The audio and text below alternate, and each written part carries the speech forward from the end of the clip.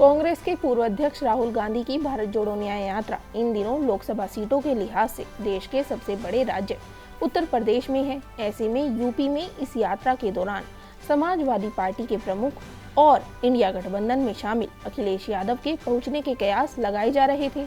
खुद अखिलेश ने भी कहा था कि वो रायबरेली या अमेठी में इस यात्रा में शामिल होंगे, लेकिन सीट बंटवारे पर जारी रार के बीच अब अखिलेश यादव के इस यात्रा में शामिल होने पर सस्पेंस गहरा गया है।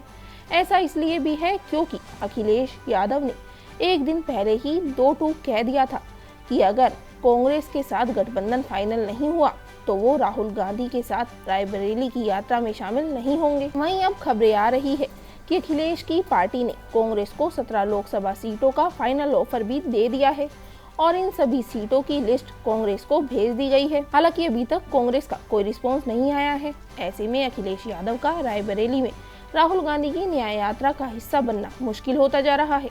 समाजवादी पार्टी और कांग्रेस के बीच यूपी में सीट शेयरिंग को लेकर मुद्दा गहराता जा रहा है। एक दिन पहले ही समाजवादी पार्टी के सूत्रों की ओर से ये दावा किया गया था कि अगर 20 फरवरी तक सीट शेयरिंग पर सहमति नहीं बनती है तो अखिलेश यादव का भारत जोड़ो न्याय यात्रा में जाना मुश्किल हो जाएगा। इसके बाद से ये तय माना जा रहा था कि कांग्रेस इस पर कोई ठोस निर्णय ले सकती है। हालांकि ऐसा हो ना सका। वहीं अब अखिलेश यादव ने इंडिया गठबंधन में बने रहने के लिए आखिरी दाव खेला है। उन्होंने कांग्रेस को उत्तर प्रदेश में 17 लोकसभा सीटें देने पर सहमति जता दी है। वहीं इस पर कांग्रेस महासचिव जयराम रमेश ने कहा कि जब गठबंधन होता है तो लेन देन का सवाल होता ही है। अखिलेश का जो बयान था सकारात्मक था और गठबंधन पर बातचीत चल रही है।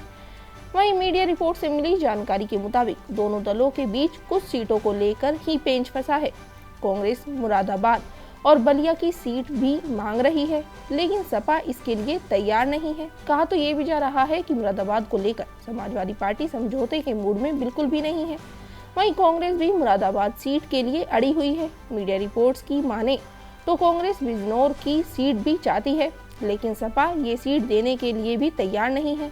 दोनों दलों के बीच 17 सीटों पर सहमति भी बन चुकी है। ऐसे में देखना होगा कि गठबंधन में इन सीटों का पेंच सुलझाने के लिए किस तरह और क्या रास्ता निकलता है।